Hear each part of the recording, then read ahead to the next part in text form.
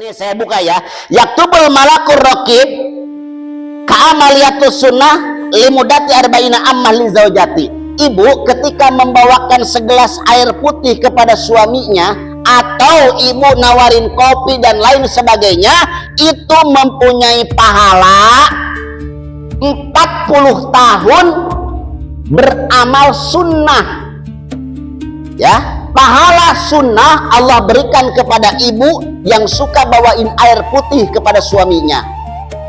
Gedenya kita capek sholat tahajud, duha, puasa Senin Kemis, ini yang mudah nggak dilakuin. Suami minta kopi aja nyeduh solo sendiri. Di sono Ustad ya, di sono, udah sono Cikampak, sono Urung Borong, sono lagi Bogor kali Bu ya. Iya, kalau orang Puri mah kagak. Laki pulang ngojek, abang mau ngopi, cakep bener udah. Pulang dari kantor, ayah mau makan dulu apa mau ngopi dulu.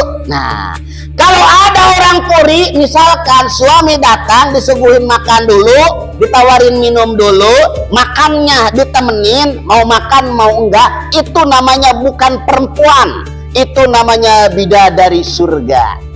Iya, pahalanya mempunyai pahala 40 tahun beramal sunnah. Enak nggak? Enak. Ini mah suami udah gini-gini nih, minum, ambil sendiri. Masya Allah, itu ya. Luar biasa ya. Iya, kita aja yang sholat belum tentu masuk neraka ya, karena kita masuk ke surga belum tentu karena sholat kita. Emang sholat kita kayak gimana? Sholat kita mengecapruk deh Bu ya. Iya, ngelawan. Sholat kita mengacak-acakan. Harapannya diampuni. Sholat kita ketika salah harus rajin ngaji. Kan kalau lagi ngaji kita jadi santri, jadi orang yang thalabul ilmu. Ya orang yang belajar kan diampuni. Orang belajar mobil aja nabrak diampuni. Ya, nah, kita diampuni Allah Subhanahu wa taala.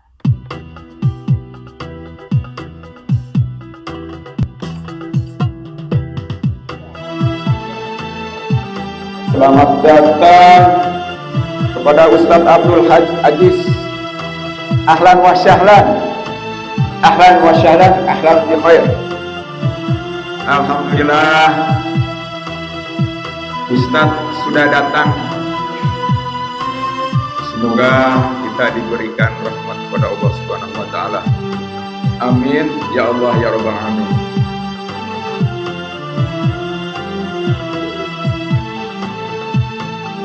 Apa doa? Warahmatullahi wabarakatuh. Alhamdulillah, beliau sudah datang di pagi hari ini. Alhamdulillah, hari ini kita karena sudah datang Pak Ustadz Abdul Aziz, tafadhol. Langsung aja nih, langsung aja. Nah, udah di mobil ada napasnya. Udah ada napasnya di mobil lah. Minum dulu ya boleh.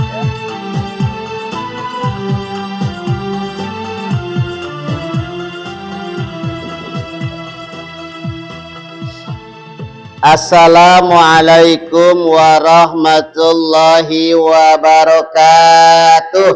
Waalaikumsalam warahmatullahi wabarakatuh. Innal hamdalillah usolli wa usallimu ala Rasulillah Muhammad ibn Abdillah wa ala alihi wa sahbihi wa mawalah. Bismillahirrahmanirrahim. Wallahu akhrajakum min butuni ummahatikum la ta'lamuna syai'a. Wa qala aidan inna salati wa nusuki wa mahyaya wa mamati lillahi rabbil alamin. Qala nabiyyu sallallahu alaihi wasallam akhlisu a'malakum lillah. Qala al-muallifu rahimahullahu ta'ala wa nafa'ni wa antum bi ulumihi azmain. Amin. Amin. Ilahi anta ta'lamu bima ya'maluna hadza zalim bi ibadika wa sultanika fa'agisna ya agyasal mustagisin agisna ya agyasal mustagisin, agisna ya agyasal mustagisin. Qala rabbi shrah li sadri wa yassir li amri wahlul 'uqdatam min lisani yafqahu qawli birafati rahmati rifqati summa talinu juluduhum wa qulubuhum ila zikrillah birahmatika ya arhamar rahimin, amma ba'du. Yang saya hormati pimpinan Musola At-Taqwa, Ketua DKM-nya Bapak Ustadz Yusuf. Yang saya hormati, semoga Allah muliakan. Juga yang saya hormati para alim ulama dan tokoh masyarakat setempat. Juga ibu-ibu yang alhamdulillah saya hormati, semoga Allah muliakan. Puji dan syukur senantiasa kita limpahkan ke zat Allah yang maha Ghafur. Salawat beserta salam senantiasa tercurah limpah kepada paduka alam Habibana Karim Nabi besar Muhammad alaihi wasallam. Alhamdulillah, dengan izin Allah Subhanahu wa taala kita semua dapat bertemu muka, bertatap wajah, bersilaturahmi di tempat yang teramat mulia, yaitu Musola At-Taqwa.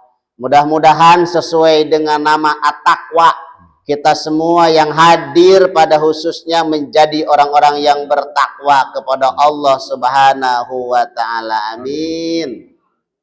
Ya Allah ya Rabbal alamin. Alhamdulillah, dengan izin Allah Subhanahu wa taala kita diberikan kesempatan oleh Allah menghadiri taklim atau pengajian, melaksanakan perintah Allah. Mudah-mudahan kita semua dengan hikmah, dengan wasilah, dengan karomah kita menghadiri taklim, apapun hajat kita diijabah, dikabul oleh Allah Subhanahu wa taala.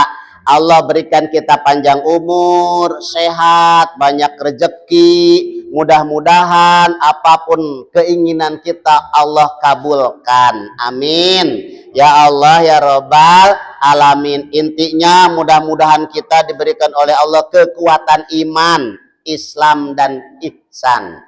Amin ya Rabbal alamin. Apa-apa Bu, kalau ngaji mah mau nundutan, mau nyang hunjar, mau emok ya, nggak apa-apa ya.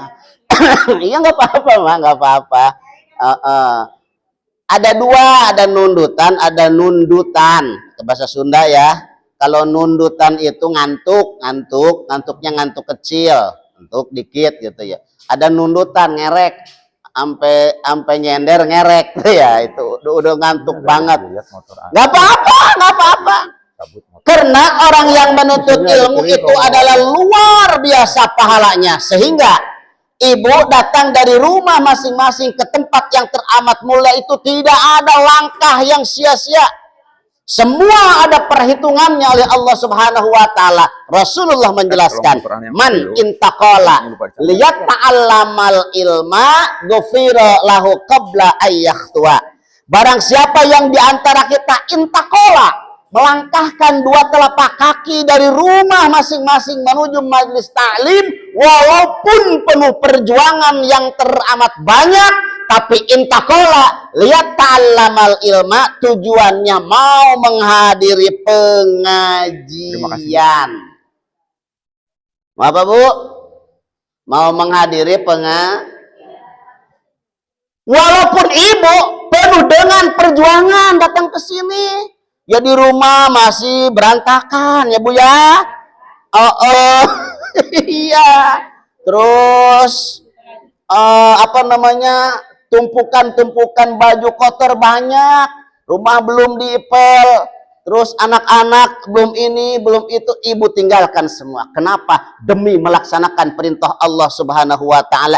Lihat ta'allamal ilma, mau ngaji ya, mau itu mah Bunda mau ngajinya ngerti atau enggak itu nomor 16, mungkin nomor 17 Ibu ya. Mau ngerti mau enggak, yang penting duduk di tempat pengajian, gupiro maka telah diampuni lihat ta'ala gupira lahu qabla ayah tua, maka diampuni dosa ibu qabla ayah tua, sebelum melangkahkan ke tempat pengajian ini. Luar biasa ya. Iya, karena sungguh sangat luar biasa ketika kita menghadiri pengajian, ketika kita melaksanakan ibadah yang namanya sholat yang 5 waktu. Yang sholat 5 waktu itu kita lakukan dari umur akil balik sampai sekarang umur 80 tahun. Apakah udah benar khusyuk kita? Apakah udah benar sholat kita? Apakah banyak melawungnya sholat kita? Ketika kita sholat menghadap Allah, ada dalam kesalahan, maka Allah ampuni. Kenapa? Karena lihat ta'allamal ilma, karena kita mau hadir ngaji. Ya, iya, kan kita mah sholatnya sholat apa sih kita? Masuk ke surga bukan karena sholat, bukan karena puasa, bukan karena ibadah yang lain, karena ridhonya Allah Subhanahu wa ta'ala. Ya, coba ibu sholat kita dari takbiratul ihram aja, usolli fardhu zuhri arba'a raka'atin mustaqbilal qiblati adaan lillahi ta'ala. Allah, ini hati.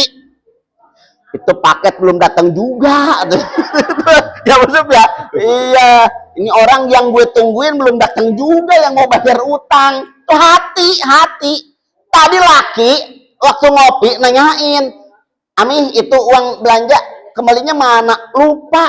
Giliran sholat lo, iya gue taruh di atas kulkas tuh ya. Sholat kita itu sholat.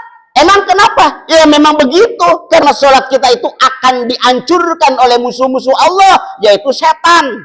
Diruksaklah niat kita. Ketika takbiratul ihram dalam sholat kita tidak sesuai dengan aturan agama, maka tidak jadi niatnya. Kalau tidak jadi niatnya, berarti tidak jadi sholatnya. Sama kita dengan tidak melaksanakan sholat. Itulah setan durjana innahu lakum aduwwum mubin, yang akan menghancurkan sholat kita. Makanya kita nggak boleh nurut sama musuh-musuh Allah. Setan kan musuh Allah. Nyari teman supaya banyak temannya di neraka. Nauzubillah. Ini sholat kita ketika salah Allah ampuni karena hadir ngaji. Insya Allah. Ada lagi Ustadz pahala hadir ngaji yang luar biasa? Ada. Tertulis dalam kitab Bughyatul Mustarsidin, dijelaskan bahwa ketika seseorang hadir ngaji sesaat, baik 1 jam, 2 jam, 3 jam, maka itu mempunyai pahala sama dengan sholat sunnah 1000 rakaat. Amin. Bahkan ketika seseorang menghadiri pengajian sesaat, maka sama dengan melaksanakan menjenguk orang yang sakit 1000 kali. Bahkan ada yang mengatakan ketika kita menghadiri taklim atau pengajian, sama dengan mensolatkan jenazah 1000 kali sholat jenazah. Luar biasa nggak? Masya Allah. Kalau kita sholat jenazah, Ustadz di Puri ini 1000 kali. Waduh, nggak cukup 1 minggu tuh. 1000 orang kita sholatin. Nah, hadir duduk manis, mau ngerti mau enggak, Allah kasih pahala yang sangat luar biasa. Subhanallah. Yang penting kalau Ustadz ngomong nggak ikut-ikutan ngomong, ya. Karena kalau Ustadz ngomong ikut ngobrol, pertama ngeganggu sama orang yang mau khusyuk ngajinya. Kedua, itu mewarisi ketika matinya nanti su'ul khotimah. Na'udzubillah. Oh iya, dahsyat Ustaz deh. Iya, berarti kalau lagi ngaji, yo serius dikit lah gitu ya. Humor juga nggak apa-apa dikit biar nggak ngantuk Bu ya.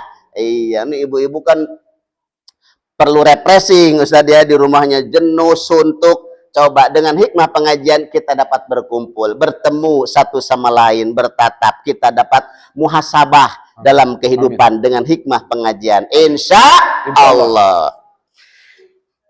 Allah Subhanahu wa taala jelaskan, wallahu akhrajakum min butuni ummahatikum la ta'lamuna syai'an. Ketika kita terlahir ke alam dunia, la ta'lamuna syai'an, tidak mengetahui apapun.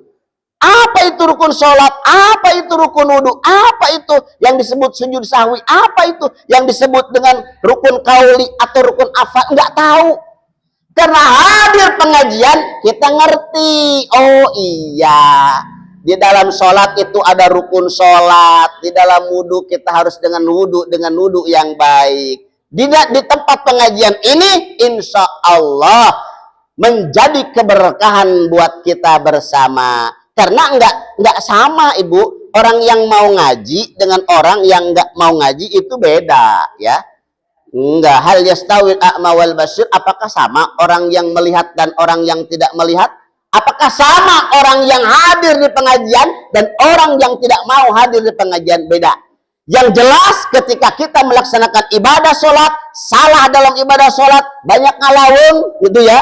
Kebanyakan kita akan lagi sholat maca abis baca tahiyat. Gitu ya. Ngantuk. Orang mah baca Allahumma hadina fiman hadait, ini qul huwallahu ahad Allahu somad lam yalid, saking ngantuknya ya, saking ngelawengnya. Bacaan at-tahiyatul kenapa waladhdallin itu ada enggak? Enggak ada ya, enggak ada. Insyaallah ya.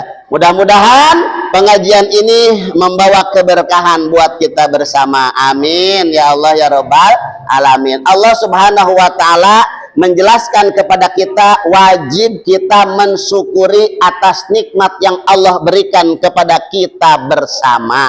Wajib kita ikhlas apa yang Allah berikan kepada kita bersama.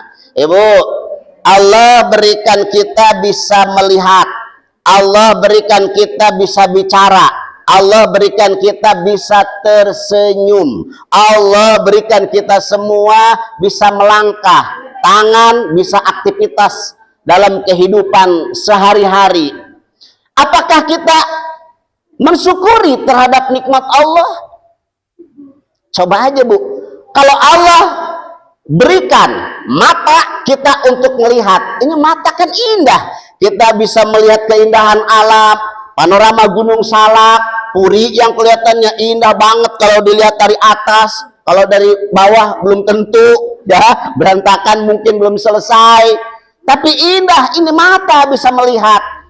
Terus telinga bisa mendengar, kita bisa mendengar nyanyian-nyanyian yang menurut kita indah, ada dangdut, ada keroncong dan lain sebagainya. Syukuri telinga ini dengan mendengarkan lantunan-lantunan ayat suci Al-Quran. Itu mensyukuri nikmat Allah Subhanahu wa taala.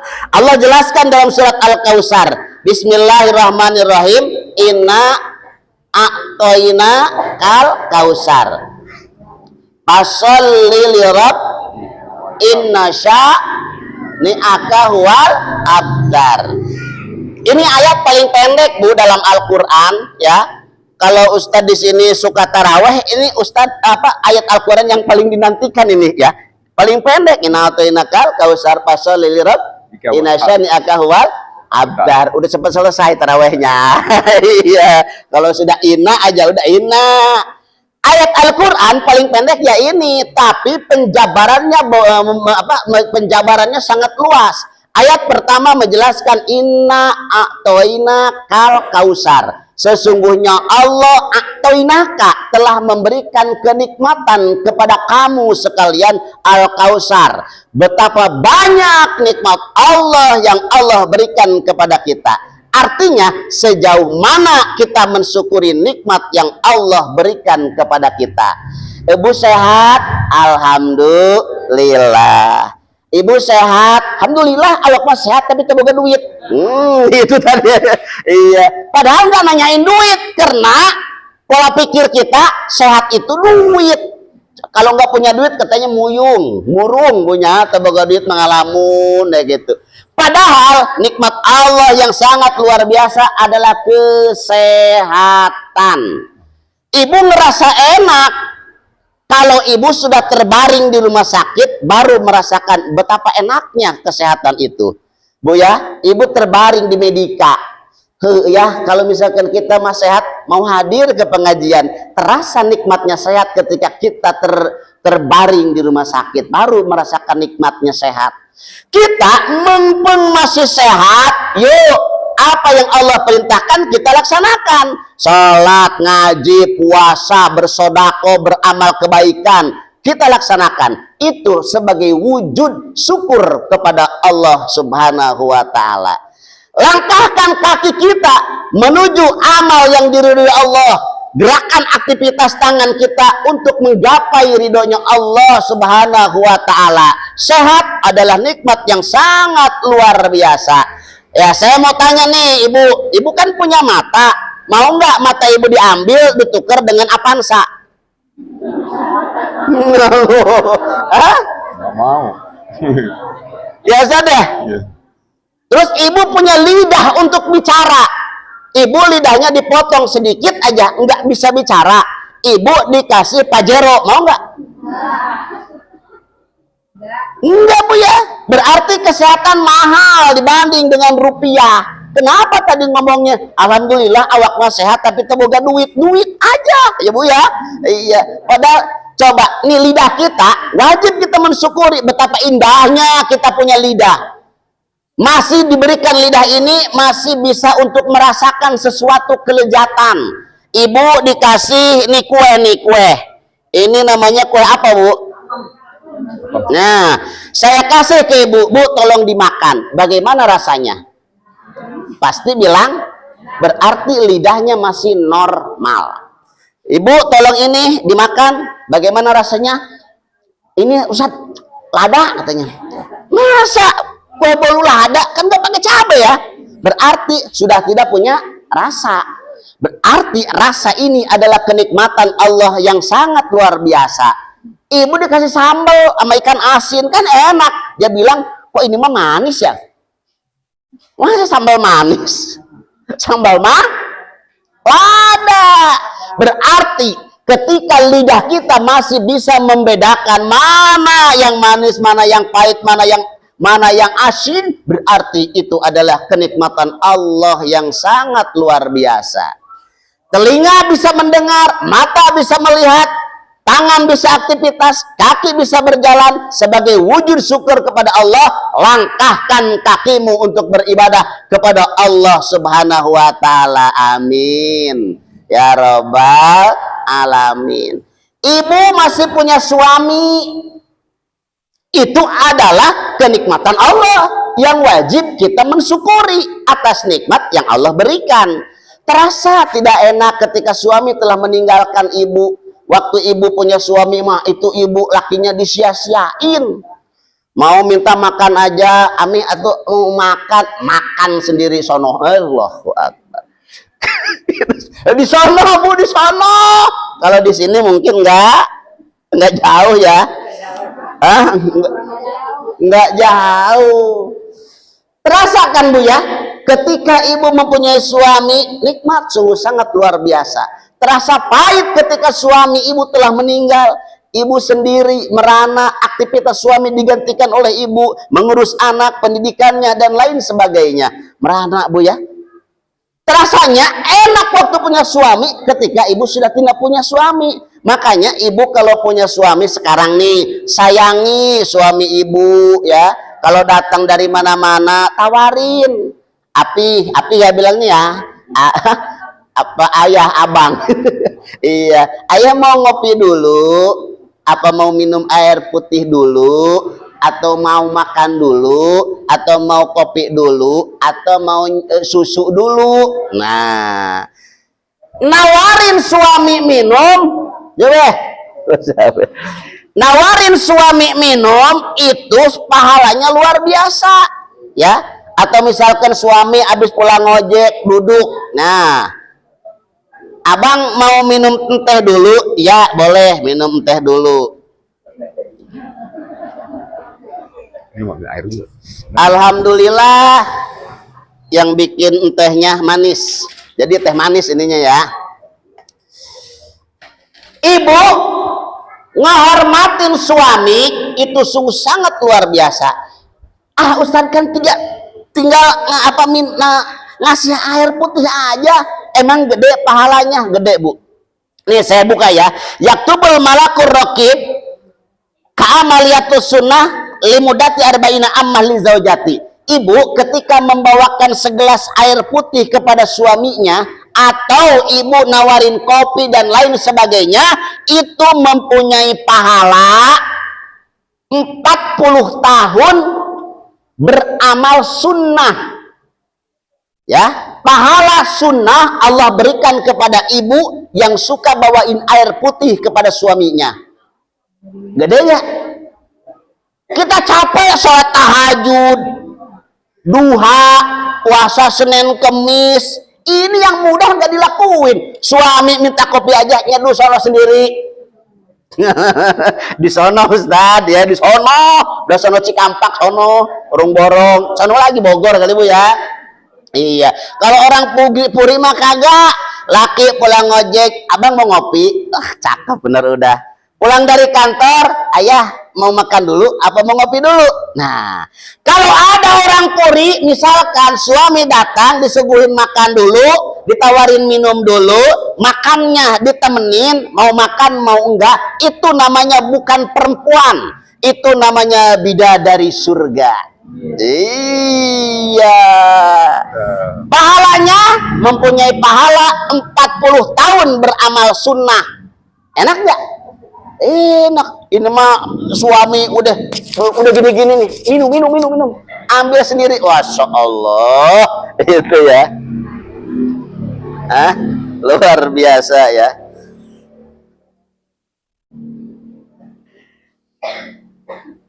Insya Allah saya percaya sama orang Purima. Enggak begitu Ustadz ya. Enggak. Insya Allah. Terus ada lagi Bu yang luar biasa pahala ini buat ibu-ibu khususnya yang di rumah tangga ya. Disebutkan sebetulnya surga itu ada di lingkungan kita sendiri. Kita mencari pahala kejauh, padahal di rumah kita banyak pahala ya. Ketika kita nawarin suami, itu mah suami mau minta mau kagak, nawarin aja, nawarin. Abang mau, ayah mau apa ya, malam Jumat nanti malam mau. Hah? Ada orang Puri nawarin sama lakinya tiap malam Jumat, ada? Hah? Mau nawarin malu sebenarnya. Masya Allah. Itu laki kita tawarin, apalagi tiap malam ditawarin. Gempor. Habis sholat isya tawarin, abang mau?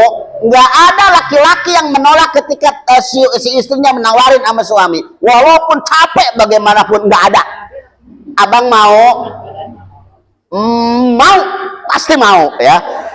Ustaz kalau tiap malam lemes ya, tiap malam Jumat lah. Siti Aisyah radhiyallahu anha melakukan seperti itu kepada baginda Rasulullah sallallahu alaihi wasallam. Ba'da asar selalu menghampiri Rasulullah dengan pertanyaan seperti itu. Wahai Rasulullah, apakah engkau nanti malam akan menjamahku? Kalau engkau mau menjamahku, aku akan bersolek dengan solekan yang indah, dengan wewangian yang sangat luar biasa. Terus kalau misalkan aku tidak mau, aku akan bermunajat, bertakorub kepada Allah Subhanahu wa Ta'ala. Boleh ibu lakukan seperti itu. Kalau habis asar, barade. Iya, tawarin. Apakah ada pahalanya Ustadz? Ada. Ketika seorang istri nawarin tidur sama suaminya, itu ada apa itu hajal mabrur war umrah mabruroh, mempunyai pahala ibu melaksanakan haji dan melaksanakan umroh dengan umroh dan haji mabruroh. Ngumpulin duit lama, udah punya duit daftar tunggunya lama, mending nawarin sama suami tiap malam. Pahalanya haji dan umroh, mau pilih mana? Cuma nawarin sama suami, nawarin. Ya kalau mau iya, kalau enggak. Nah, itu ya. Ya kan Allah jelaskan di dalam surat An-Nisa ayat 34, as-solihatu, yang disebut dengan istri yang baik, disebut dengan istri yang solih, istri ahli surga adalah qonitatun, istri yang taat sama suami. Ibu nggak ada kewajiban untuk ngepel, nggak ada.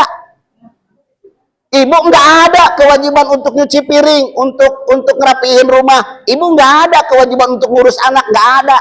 Itu semua adalah kewajiban suami.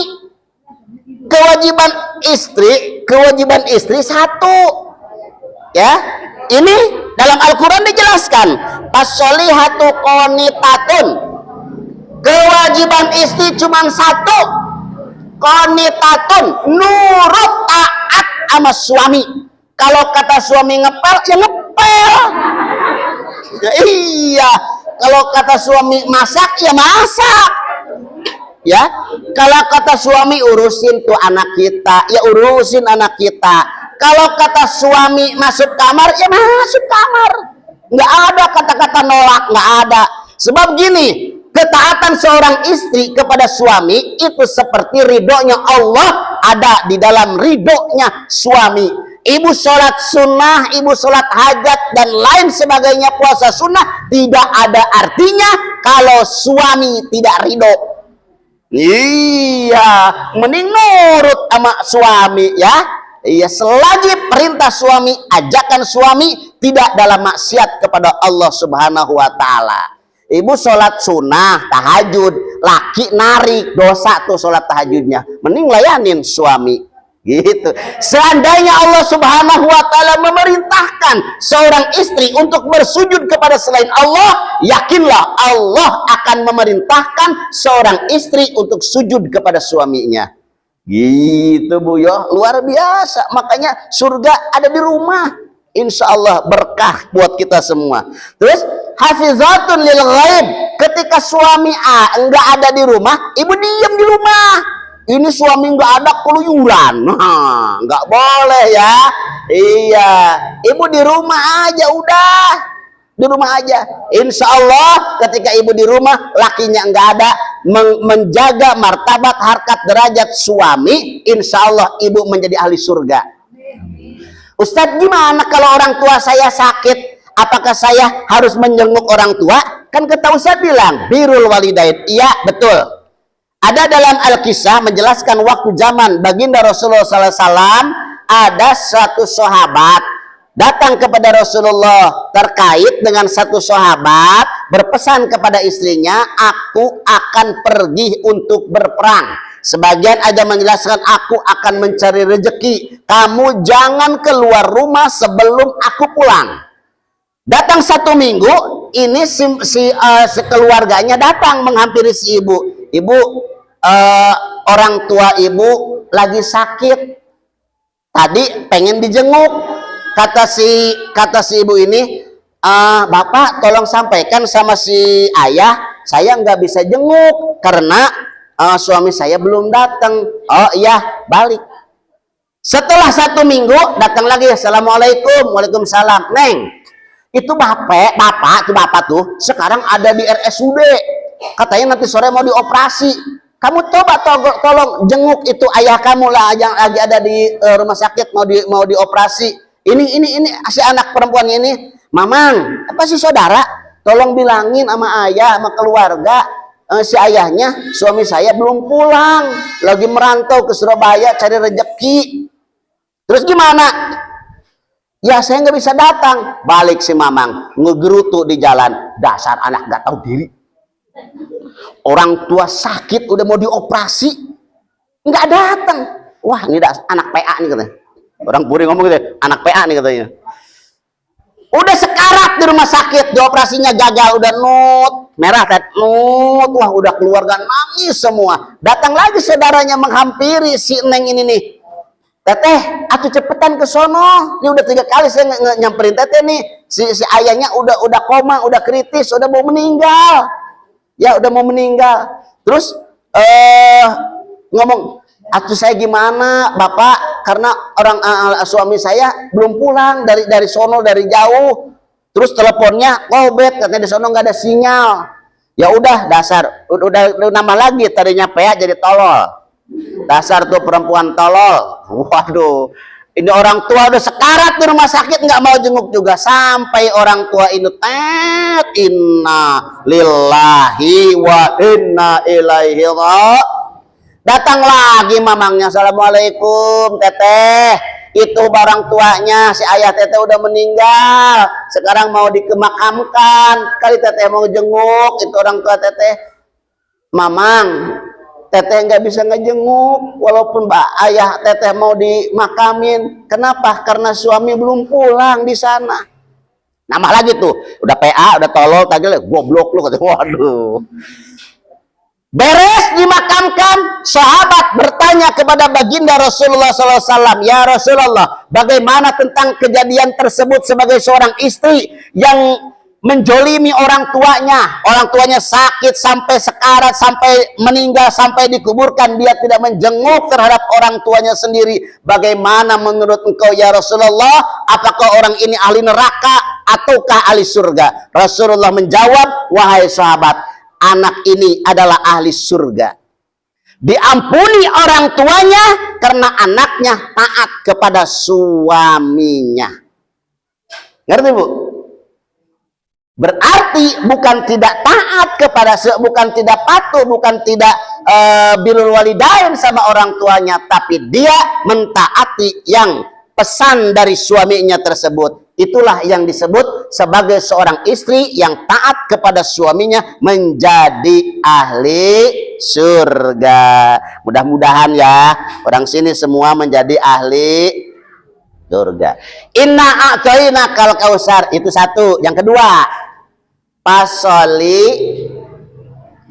lirob bika wanhar. Allah memerintahkan pasoli, maka sholatlah kamu sekalian. Sholat yang kita lakukan sehari semalam itu adalah 17 rakaat dengan waktu yang telah ditentukan. Subuh 2, zuhur, asar, maghrib, isya, dijumlahin jadi 17 rakaat. Boleh enggak kita sholat subuh jam berapa sekarang kan? Hah? Nah, setengah 10 kurang. Oh iya, boleh enggak kita sholat subuh 9:30? Enggak boleh ya Bu ya? Iya, boleh enggak? Ada yang boleh, ada yang enggak. Sholat subuh mestinya tadi 4:30 ya. Gitu. As-salatu khairum minan naum. Bangun kita sholat subuh. Ustaz gimana? Saya ngantuk. Malam pulang jam 2 tidur, bangun 9:30. Gimana mau sholat duha di 9:30? Boleh enggak? Boleh Bu. Ya, berarti itu kodok namanya ya. Karena kita pules ngantuk, sholat subuhnya kelewat, bangun 9:30, bangun mandi wudhu, sholat subuh kodok namanya. Disebut itu namanya apa namanya? Kalau orang sholat subuhnya 9:30 berarti murtad. Murtad ya? Bohong Bu, bukan murtad orang yang keluar dari agama Islam menuju agama non muslim, bukan. Murtad di sini adalah singkatan. Kayak ibu-ibu sekarang kan usum singkatan ya. Ada SD sekolah, SMP sekolah menengah SMA sekolah menengah, ada lapender, ada laki-laki penuh derita, ada BTAG ya Bu ya, biar tua asal gaya, ada MBG, singkatan kan MBG, apa tuh? Nah, itu ya. Ini juga singkatan nih, murtad. Murtad bukan murtad ya. Murtad artinya ngejemur pantat. Atau kan kalau 9:30 matahari nyorot ya. Kita ngebelakangin matahari, berarti kita ngejemur pantat. Terus pakai spion. Masa sholat subuh jam 9:30 pakai spion? Allahumma dini fiman hadait gitu ya. Itu pakai spion. Mestinya kalau sholat subuh pakai spionnya ya subuh. Gimana? Nggak apa-apa. Karena kan itu kodok namanya, bayar utang ya. Nah kayak tadi tuh, itu mah mau dikodo 9:30 mah nggak boleh. Antar aja dikodonya zuhur atau asar atau maghrib, silahkan, nggak apa-apa. Mau dikodonya nanti pas waktu subuh lagi, setelah subuh kodok, nah boleh. Walaupun sebagian ulama berpendapat kalau udah sholat subuh nggak ada sholat lagi katanya ya, nggak ada juga ba'diyah. Kalau sholat kodok mah kapan aja boleh. Kalau zuhur, setelah zuhur, bagusnya setelah sholat zuhur kodok zuhur, setelah sholat asar kodok asar, setelah sholat maghrib kodok maghrib, setelah isya kodok isya. Dibanding kita melaksanakan ba'diyah, mendingan kodok. Ustaz, saya makan nggak pernah sholat. Nggak bisa, Bu. Kita sebagai manusia banyak lupa, apalagi perempuan dulu ya, zaman jahiliyah kali ya, waktu ibu sering nongkrong di sono, di mana? Iya, banyak ninggalin sholat. Kita sekarang udah deket ke maghrib, berarti kembali kepada Allah.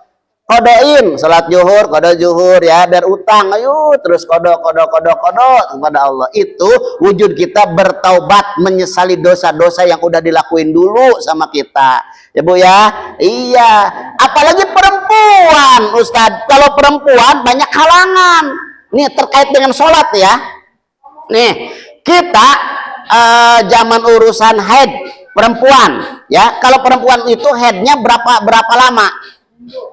Seminggu ya. Kalau dalam fikir dijelaskan, haidnya seorang wanita itu yaumun walailatun, sehari semalam, paling sebentar. Sedangnya rata-ratanya seminggu ya Bu ya. Lamanya 14 hari 2 minggu. Kita nih kebanyakan perempuan di kita memahami untuk urusan haid itu sangat berbeda, variasi. Mestinya gimana konsepnya? Yaumun walailatun, sehari semalam. Sehari semalam itu berapa jam? 24 jam. Tulis nih Bu, 24 jam. Bunderin tuh. Kalau kita keluar darah, nih kalau ibu nih, bukan kita. Kalau kita enggak kan? Iya, kalau ibu ya.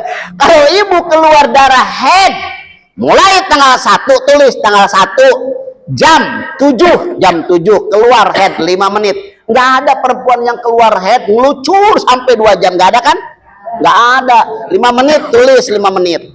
Masih tanggal 1 keluar lagi zuhur 10 menit, tulis 10 menit. Asar keluar lagi, dicoret itu udah 1 hari 1 malam, dijumlah menjadi misalkan 15 menit. Benerin.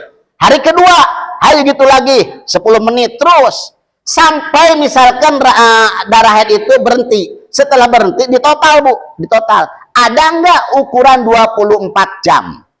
Kan had akolnya 24 jam. Ya, kalau tidak ada ukuran setelah ibu ra'at haidnya, tidak ada 24 jam, bahwa istihadah, maka itu adalah darah penyakit. Berarti sholat ibu wajib diqodo. Tuh. Mestinya gimana Ustaz kalau kita ingin ikhtiyat atau hati-hati atau waspada? Nah, kan enggak setiap kita ibu-ibu haid misalkan terus-terusan, enggak. Kalau misalkan datang waktu zuhur ya, lagi dalam keadaan enggak keluar, mandi haid, bersih, sholat zuhur, itu dalam ikhtiyat ya. Kalau gini waktu zuhur kita mau sholat keluar, itu nggak usah. Tapi kalau dalam keadaan nggak keluar, mandi terus mandi haid, beres sholat, itu ikhtiyat namanya. Jadi ketika berhenti haid dijumlahkan, tidak ada ukuran 24 jam, berarti kodonya sedikit atau tidak usah kodo. Ada yang ukuran 14 hari dijumlahkan cuman 20 jam misalkan, bahwa istihadah 14 hari 14 malam kita tidak sholat, dalilnya kan lagi haid. Ya, dalilnya kan lagi haid, padahal nggak ada ukuran yaumun walailatun. Nah, itu kan kita nggak tahu dulu. Yang diampuni oleh Allah dosa ada 2. Pertama orang tidur, kedua orang nggak tahu. Nah, ibu kan nggak tahu, ya udah diampuni sama Allah. Sekarang tahu, dari mulai sekarang ikhtiyat ya, hati-hati. Mudah-mudahan itu menjadi ilmu. Ya, sholat apa tadi?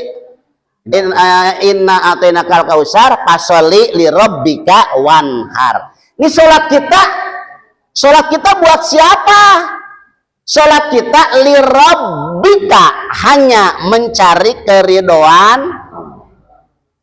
Ustaz abdi mah sholatnya lamun aya mitoha unggul nyaba, terus abdi sholat mun eueuh mitoha mah henteu we abdi tara sholat gitu ya. Berarti sholatnya lil mitoha gitu nya. Abdi mah sholatnya lamun keur aya anak we, cenah tahu keur aya babaturan sholat abdi mah yang kalem gitu.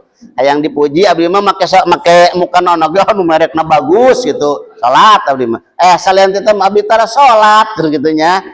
Sholat adalah kewajiban. Ketika kita tidak melaksanakan sholat 1 kali, maka tertulis dalam neraka jahanam. Waduh, nauzubillah billah. Ada kan yang suka sholawatan itu ya sambil mancing, apa namanya, man taroka sholatan khamsa hamdan muta'amidan. Ini orang lagi mancing sholawatan tadi dari pagi sampai johor sampai sore sampai maghrib. Pajajauhum jahannam kholidan fiha, gitu emak-emak dulu ya. Artinya apa?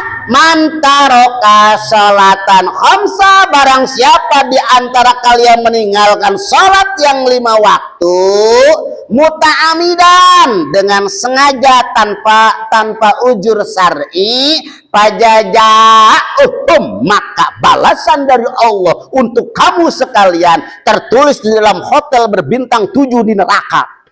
Nauzubillah. Itulah yang disebut dengan jahannam kholidan fiha. Nauzubillah summa nauzubillah. Salat aja kita, Ustaz, salat saya mah enggak bener, mau enggak salat aja. Gitu ya. Yang salatnya aja belum tentu masuk ke surga, apalagi lo. Iya, kita aja yang sholat belum tentu masuk neraka ya, karena kita masuk ke surga belum tentu karena sholat kita. Emang sholat kita kayak gimana? Sholat kita mengecapruk deh Bu ya. Iya, ngelawan. Sholat kita mengacak-acakan. Harapannya diampuni. Sholat kita ketika salah harus rajin ngaji. Kan kalau lagi ngaji kita jadi santri, jadi orang yang tolabul ilmu. Ya orang yang belajar kan diampuni. Orang belajar mobil aja nabrak diampuni. Ya, nah, kita diampuni Allah Subhanahu wa taala. Kita berikrar kepada Allah Subhanahu wa taala di dalam salat. Ya, tertulis dalam Al-Qur'an, inna sholati, ayo, wa nusuki. Nah, 4 urusan kita pasrahkan kepada Allah, ikrar kita kepada Allah dalam doa iftitah, ya. Kita yang ngomong nih, inna sholati, ya Allah, sholat aku, wa nusuki, dan ibadah hajiku, wa mahyaya, dan hidupku, wa mamati, dan matiku, lillah rabbil, itu hanya milik Allah Subhanahu wa taala. Cuman kitanya omdo, kitanya omong doang. Ya kan ikrar kita sama Allah itu ya.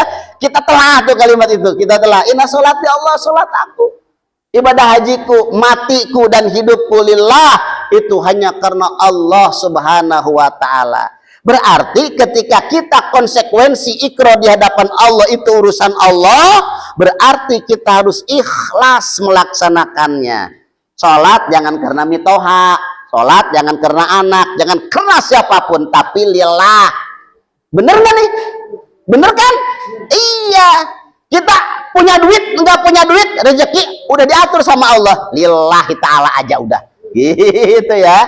Lillahi ta'ala. Harus ikhlas, Ibu. Ibu ngaji ke sini harus ikhlas. Sedekah juga harus ikhlas. Apapun harus ikhlas. Emang Ustadz, ikhlas itu apa sih? Hah? Ikhlas itu gampang ya diomongin ya. Iya. Sing ikhlasnya Kasep, aduh enak itu udah ngomong ikhlas itu ya, ya. Sing ikhlasnya neng lamun sodako gitu, sing ikhlasnya neng lamun ngaji, sing ikhlasnya neng lamun masantren gitu kan, ikhlas. Ikhlasnya ya suguhanana itu ikhlas. Ikhlas itu enak ketika diomongin, tapi susah dilaksanainnya Bu ya. Iya, sodako itu sodako. Nih, saya ya kalau bukan saya ini musola nggak beres nih, nggak selesai nih. Ini makanya saya yang banyak nyumbang nih. Saya ngasih sumbang nih 100 juta. Ya, jangan diomongin, jangan diumumin, jangan. Tapi dia yang ngomong. Gitu ya. Masya Allah. Kalau ikhlas itu diem, udah diem. Ikhlas namanya ya, ikhlas. Ini mah, Pak, jangan diomongin ya, jangan diumumin. Ya, nggak diumumin sama panitia enggak.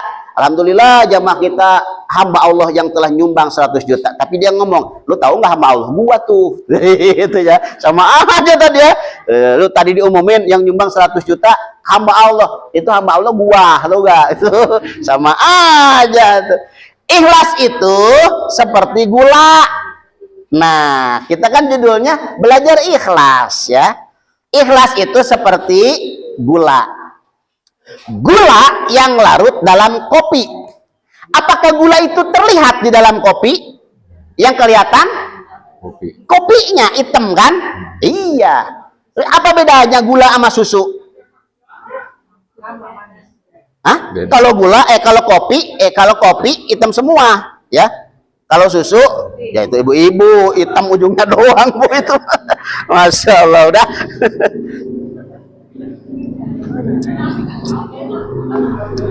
Ya. Ini kopi diminum kopi nih. Ibu misalkan di rumah, nih suaminya minta kopi, "Mah, coba tolong bikinin kopi." Ya, dibikinin sama istrinya. Datang ke dapur, kopinya banyak, gulanya kagak ada. Ada sedikit, setengah sendok dimasukin, diaduk, pas diminum pahit, gulanya dikit. Bilang apa? Brengsek nih, gara-gara gula jadi nggak enak ngopinya.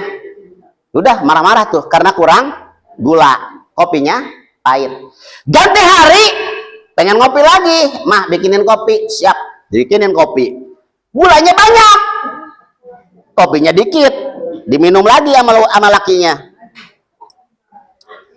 Manis, ini di kopi apa kolak gitu ya. Manis nih, manis kemanisan tuh. Giliran lakinya habis ngojek, habis bisnis kan, bawa kopi, gula, susu banyak, taruh di dapur. "Mah, kopi." "Siap, Bos." Ngopi, gulanya cukup, kopinya cukup, diaduk, diminum lagi. Lakinya bilang, "Mantap." Apa itu? Mantap kopinya. Betul nggak? Apakah ibu-ibu lakinya pernah bilang mantap gulanya? Nggak ada kan? Nggak ada laki yang ngomong mantap gulanya. Nggak ada. Pasti yang disebut mantap kopinya. Apakah gula disebut? Enggak. Padahal yang bikin dia stabil, yang bikin dia nikmat, yang bikin dia balance adalah gula. Seimbang antara kopi dan gula, tapi gula belum pernah disebut. Apakah gula marah? Tidak pernah disebut. Enggak marah. Ya, yang disebut kopinya aja. Ibu, di depan tuh banyak toko-toko makanan. Ada martabak manis rasa stroberi, martabak manis rasa coklat, martabak manis rasa keju, rasa kacang. Apakah ada tulisan martabak manis rasa gula? Enggak ada ya? Enggak ada. Coba jangan pakai gula martabak manis enggak? Apa marah gula? Enggak. Bulan puasa kita dikasih sirup nih, banyak sirup. Ada sirup manis rasa kelapa, sirup manis rasa buah, sirup manis rasa mangga, sirup manis rasa marjan, manis rasa iya rasa jeruk. Nggak ada sirup manis rasa gula, nggak ada. Bener nggak? Gula memberikan rasa nikmat, rasa manis, rasa sejuk kepada kita semua, tapi nggak ada yang menyebutin rasa manis rasa gula. Gula nggak pernah marah. Giliran mama, bunda datang ke rumah sakit, diperiksa ke dokter, "Wah, ibu ini penyakitnya kopi." Ada nggak dokter yang ngomong ini penyakitnya kopi?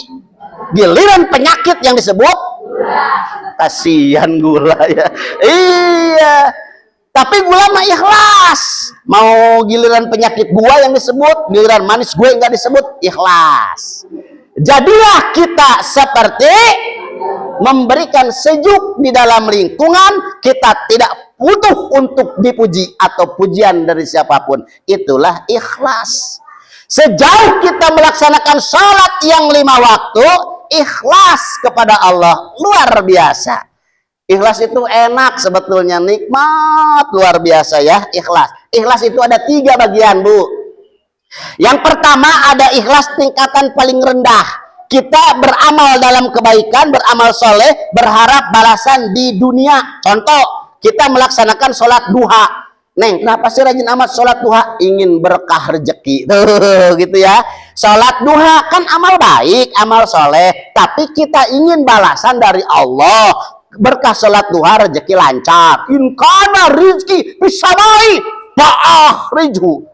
Fa'anjilhu. Wa in kana fil ardi fa'akhrijhu. Ya Allah, andai kata rezeki aku dari langit, turunkan ya Allah. Gitu kan? Kalau dari jauh, dekatkan ya Allah. Kalau ada di perut bumi, keluarkan ya Allah. Rezekinya kecil. In kana rizki kolilan. Kalau rezeki aku sedikit, pakasirhu ya Allah. Banyakin ya Allah. Itu doa-doa kita yang sering dipanjatkan dalam salat.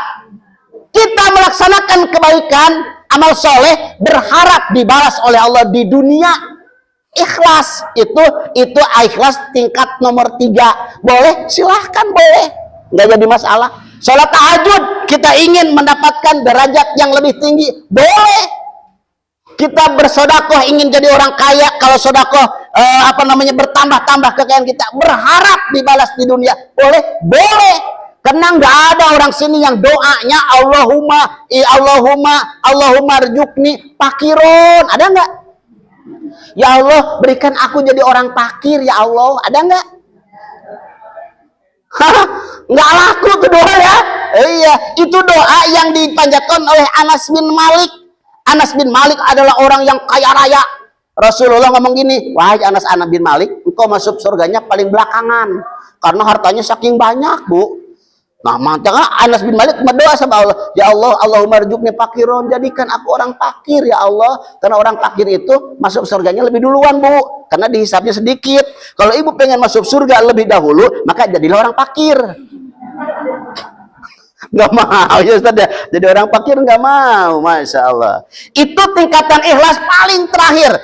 Tingkatan ikhlas paling nomor 2 adalah ketika kita beramal soleh. Ketika kita beramal soleh, berharap balasannya itu di akhirat.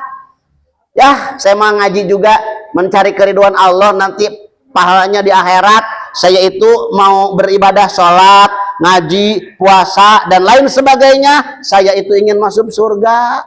Saya itu ingin dijauhkan dari neraka. Itu ya, saya itu ingin berjumpa dengan baginda Rasulullah Sallallahu Alaihi Wasallam. Itu ikhlas tingkat 2. Kenapa? Karena pengen dibalas nanti di akhirat. Ada tingkatan ikhlas paling nomor hebat, nomor 1.